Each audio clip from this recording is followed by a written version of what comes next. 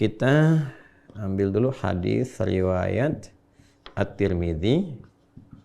Ini di beberapa kitab hadis dicantumkan ya. Ada di At-Tirmidzi, ada di An-Nasa'i, ada juga di Ibnu Majah, termasuk di Musnad Ahmad ada. Ya, kita ambil dulu yang hadis riwayat At-Tirmidzi, nomor hadis 3000, nomor 3513. Ya. Kalau kiranya ada perbedaan di nomor, mungkin beda cetakan, lihat di rawinya. Rawinya dari Sayyidah Aisyah. Ya. Usahakan kalau istri-istri Nabi SAW gunakan kata Sayyidah untuk menghormati ya. Sayyidah Khadijah, Sayyidah Aisyah, ya, dan seterusnya. Radhiyallahu ta'ala anhunna jami'an.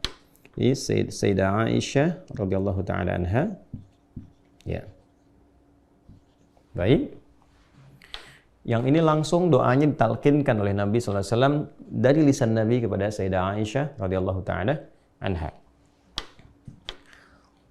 Haddatsana qala ya an Aisyah radhiyallahu taala anha, dari Sayyidah Aisyah, semoga Allah meridai kepada beliau, ummul mukminin, qalat, beliau satu kali berkonsultasi bertanya pada Rasulullah sallallahu alaihi wasallam, ya Rasulullah, atau kama qalat, wahai Rasulullah sallallahu alaihi wasallam, kan. Nah, ini menarik sekali ketika beliau menggunakan diksi ya Rasulullah dan tidak mengatakan misalnya ya zauji, wahai suamiku, tapi memberikan kesan sebagai sifat Nabi SAW yang diutus oleh Allah untuk membimbing umatnya, termasuk keluarganya. Sehingga ketika disebutkan Rasul, otomatis jadi teladan. Yaitu nanti diikat dengan Quran surah ke-33, Al-Ahzab ayat 21. Laqad kana lakum fi rasulillahi uswatun hasanah. Sungguh telah ditetapkan pada kepribadian semua yang melekat pada Rasulullah. Ingat, Rasul dengan sifat Rasulnya. Nabi Muhammad SAW menjadi lebih mulia, lebih istimewa karena sifat kerasulannya.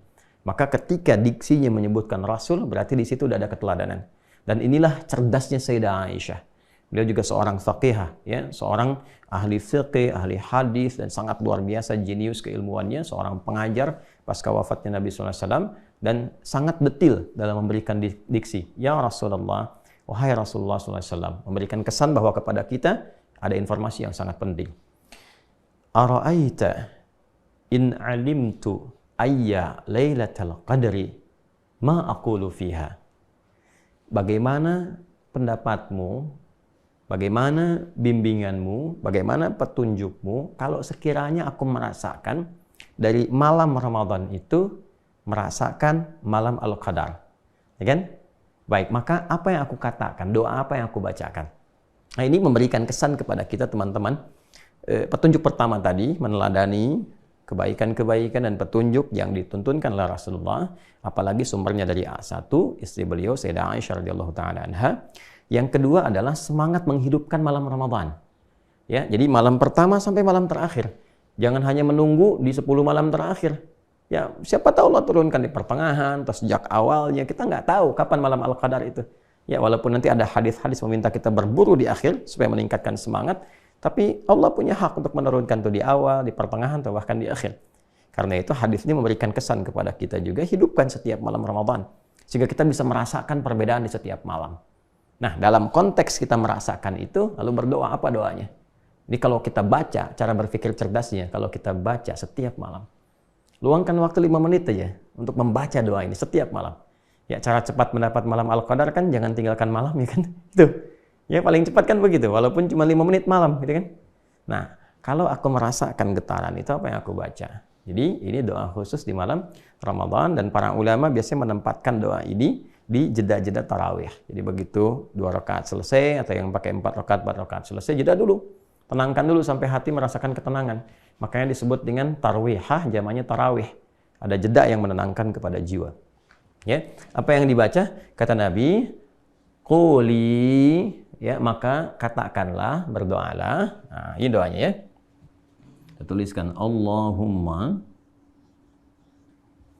innaka afuwun tuhibbul afwa, kan, fa'fu anni. Nah, ya. Di riwayat lain saya kasih kurung, ini ada tambahan karim. Silahkan, tidak ada masalah menggunakan yang manapun. Allahumma innaka afuun. Yang pertama, yang kedua pakai karim, boleh. Tuhibbul afwa fa'fu anni. Nah, ini spesifik untuk malam-malam Ramadan. Hadisnya sahih. Ya, baik. Allahumma, ya Allah. Saya pernah sering kali bahas. Kalau Allahumma itu adalah kalimat ya Allah yang disatukan, menunjukkan pada ketundukan, ketawaduan, dan penuh harap.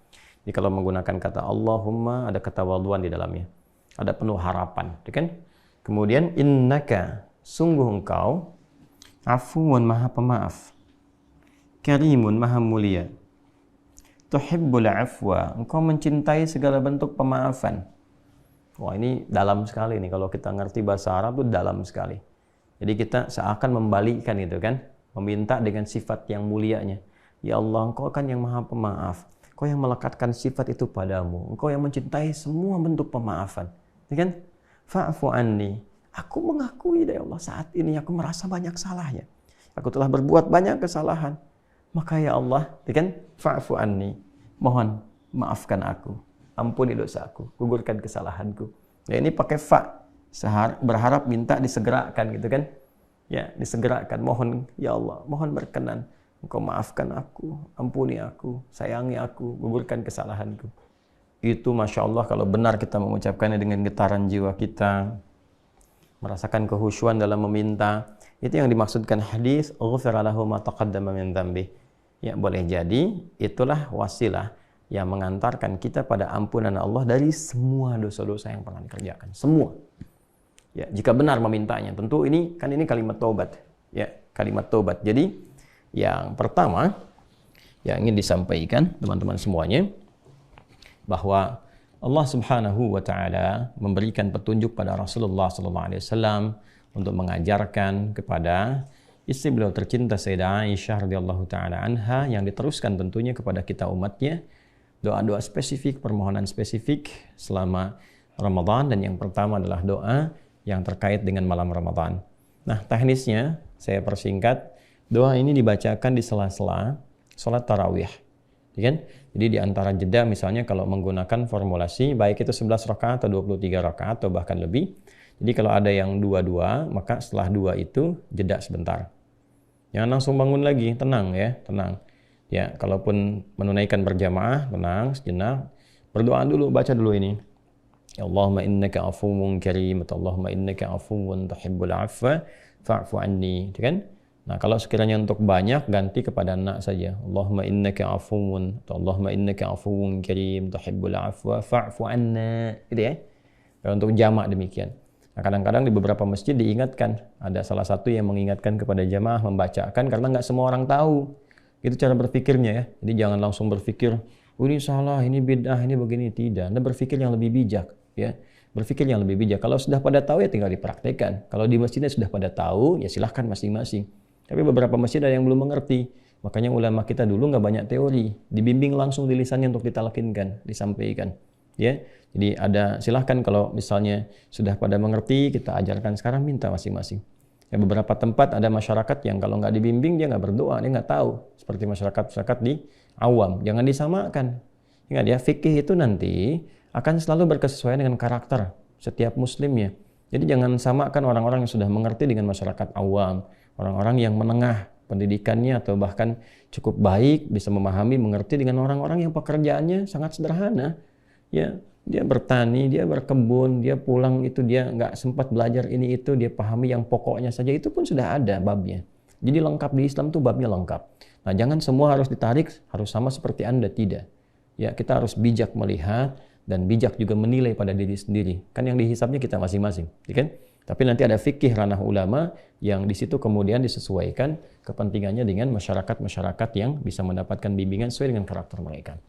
Ini gambarannya.